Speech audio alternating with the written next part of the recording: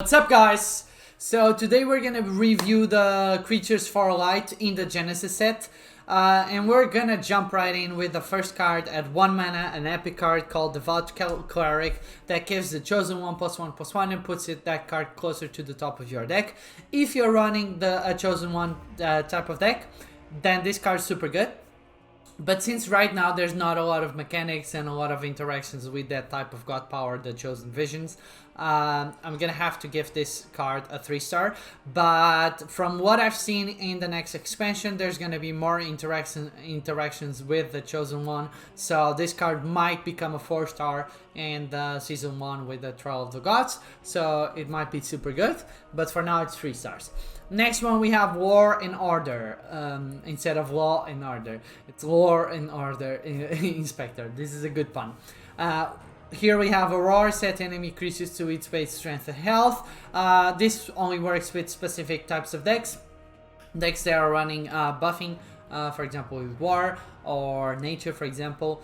So it's a fairly specific, so I wouldn't want to give it a lot of stars. So I'm gonna have to put it at 3 stars. It's neutral, it can be good, it can be bad. It can be used in specific scenarios, but I think the effect's fairly unique, so that it's good enough to be in the 3-star category. Then we have Blessed Jackalope. It heals each other friendly creature for 4. This can combo with the High Thaumaturge. It can combo with a lot of cards with Odysseus. The only downside is that it's a 1/1, so it's super easy to get rid of. But other than that, it might be fairly interesting to play, but I'm still gonna have to put it in the 3-star category because of that stat curve. So if it was, for example, 1/2, it would be good. Also, it's a roar, so it's not at the end of a turn effect, so it's not continuous. So for this stat line, it's 3 stars. Next, we have Field Nurse, and Field Nurse is a 4-star for me. Even though most people are gonna try and get rid of it right away, I would eventually give this a ward, for example, and even bump it to 2 mana and give it ward.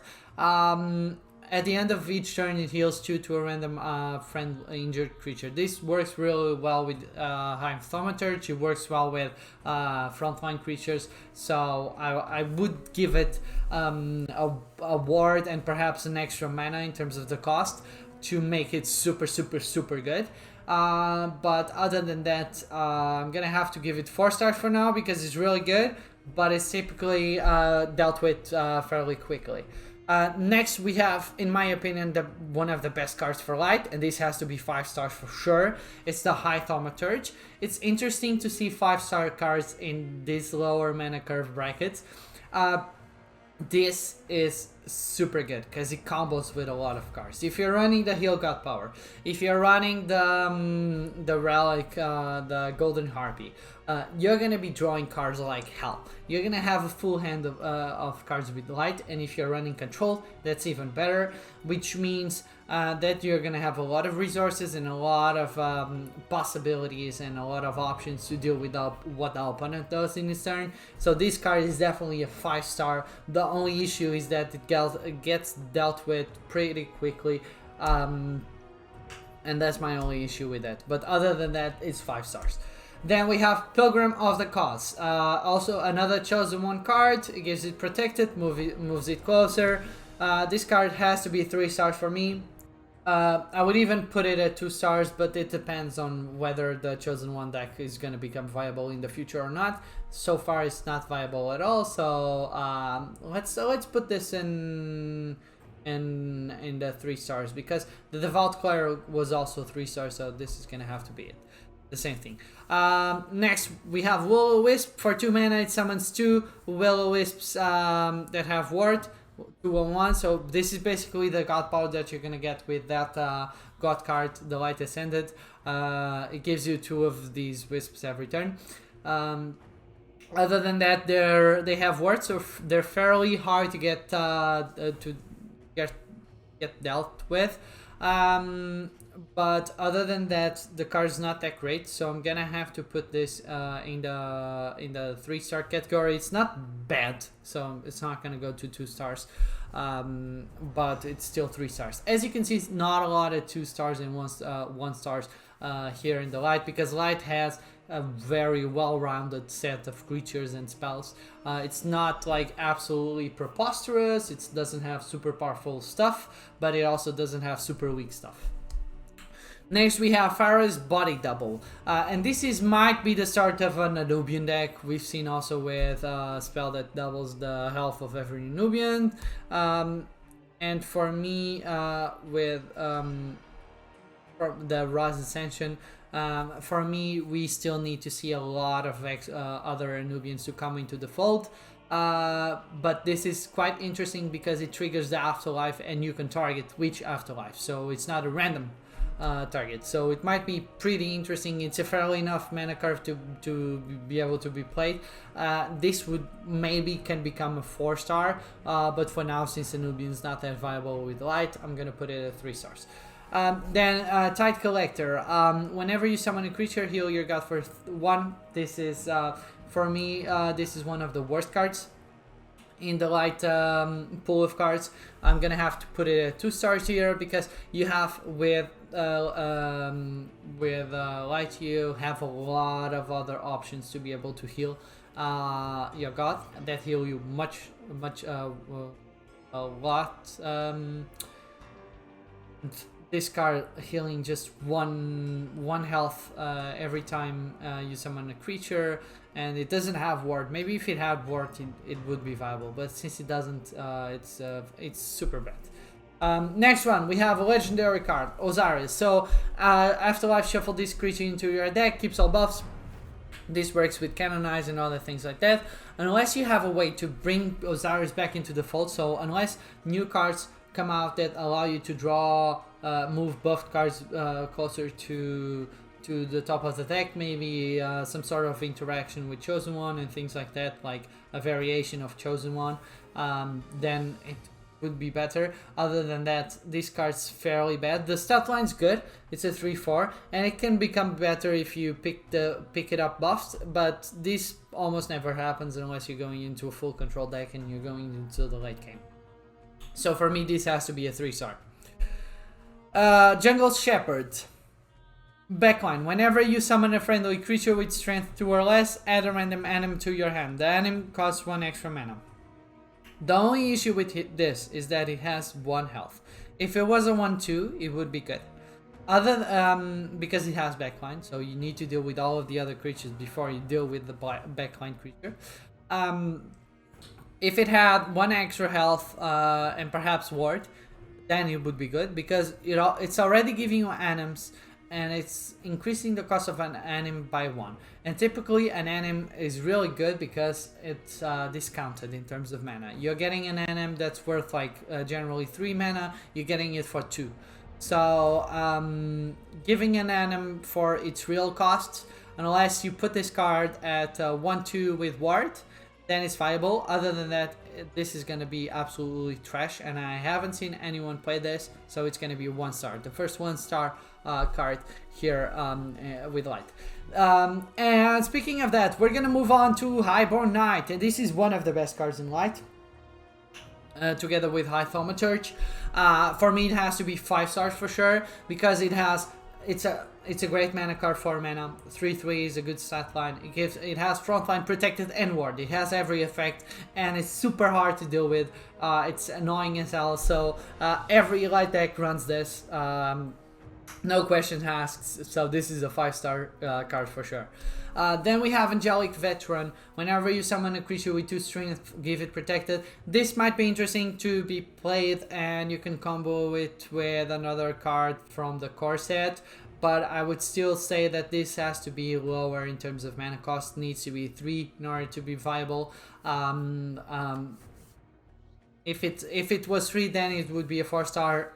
Since it's not, I'm gonna give it 3 stars, and it's gonna stay there. Next, we have Phalanx Champion. Roar. Again, +1 health for every 2 Olympians in your void. So Olympians is kind of like the thematic of light. You have Nubians for death, wild or Amazons for nature, and things like that. For light, the best theme so far is going to be Olympians. And this card is good. It only needs at least 4 cards, 4 Olympians in the void in order to be viable in terms of the stat line, because he has frontline. It's going to become a 4 mana 3/6, and since you have a 4 mana 2/6 with the Theban Brawler, it needs to become better when it has an extra stat in terms of the attack. So this card's really good in the Olympian style deck, so I'm gonna give it 4 stars. Next, we have the Master of Indulgences, and this is another 5-star card for me, because you should be running this in every light deck. It allows you to swap health with another creature. It doesn't trigger ward, so it bypasses that. So if they summon something super big that has ward and has protected, you just trade this, you get its health, and then one of your smaller creatures is able to kill it right away. So this card is amazing in terms of what it does. Next one, we have Battle Gentle Monk, where you set an enemy's creature strength 2/1. It also works, it bypasses ward as well, so this card has to go into the 4-star category. I haven't seen this being played a lot, but since it bypasses ward, it needs to be super good. Then we have Seraph. Seraph as frontline protected and afterlife. Set the attack of all enemy creatures to 1. I'm not gonna give it 5-star. For it to be 5-star, it would need ward. Since it doesn't have ward, I'm gonna give it 4 stars. It's a super good stall type of card. It works pretty well if you wanna make the stall the board, if you want to bring everything down, if he has a bunch of super strong creatures, this works super well. There's a slot here in basically every light deck for at least 1 Seraph. Then we have Light Demon King. Backline ability, set a creature's health to 1. Any creature that's backline can be super dangerous if it's not dealt with right away. And ability, set a creature's health to 2. It's basically a Master of Indulgences disguised. So this card's super good. I haven't seen this being played a lot, because perhaps it's at the 5-mana slot it's too expensive. If it was a little bit less, for example 4 mana, it would be good. It would be like an awesome card, but since it's not, but for me, I still think it's a really good card, so I'm gonna have to put it in the 4 stars. Then we have Spell Route Angel, where whenever you target this creature with the spell, it gains +1/+1. So this is a buff related type of card. It's an interesting mechanic, not that used though. So this definitely has to go into the 3 stars. Next, we have Griffith. Griffith, here the light cards, the legendary light cards, we have a lot of them here, and they're generally super powerful because there's a lot of control mechanics. Griffith, the Chosen, has protected and ward, and sets its strength of everything that's 4 or more to 1.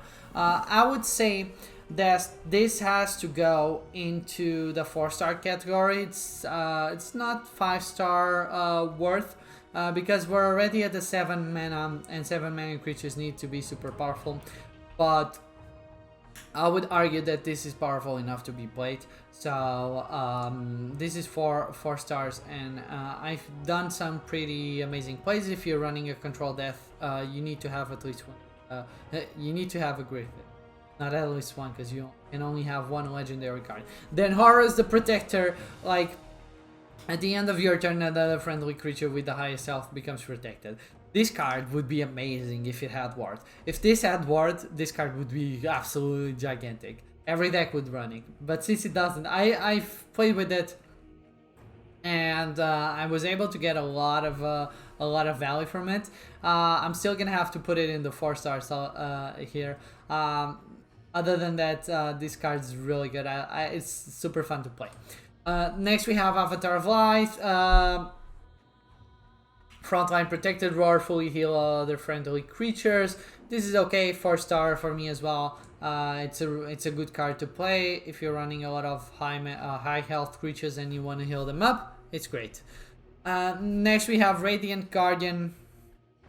Frontline Roar, set an enemy creature's health to 2.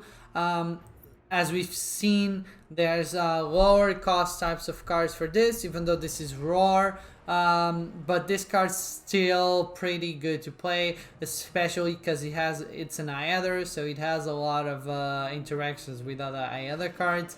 And in the future it might become super viable in Aether decks. So I'm gonna have to give this 4 stars, maybe in the future it can become 5 stars.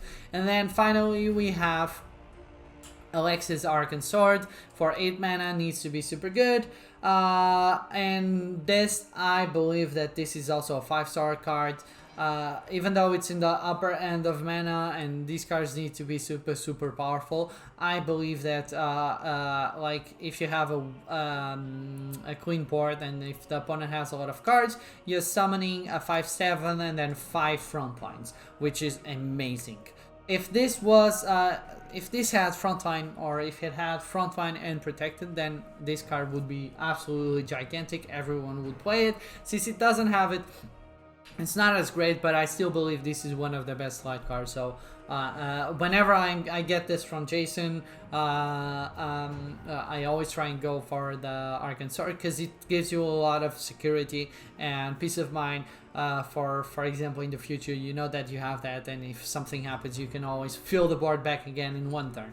So anyways, guys, that wraps up the reviews for the Genesis set for the light cards. And next we're gonna jump right onto one of the most fun and types of cards. Gods is gonna be Magic. So make sure you tune that into that video, and if you like this video, make sure you smash that like button down below and answer the question in the description to participate in the giveaway. See you guys next time. Backs out. Bye bye.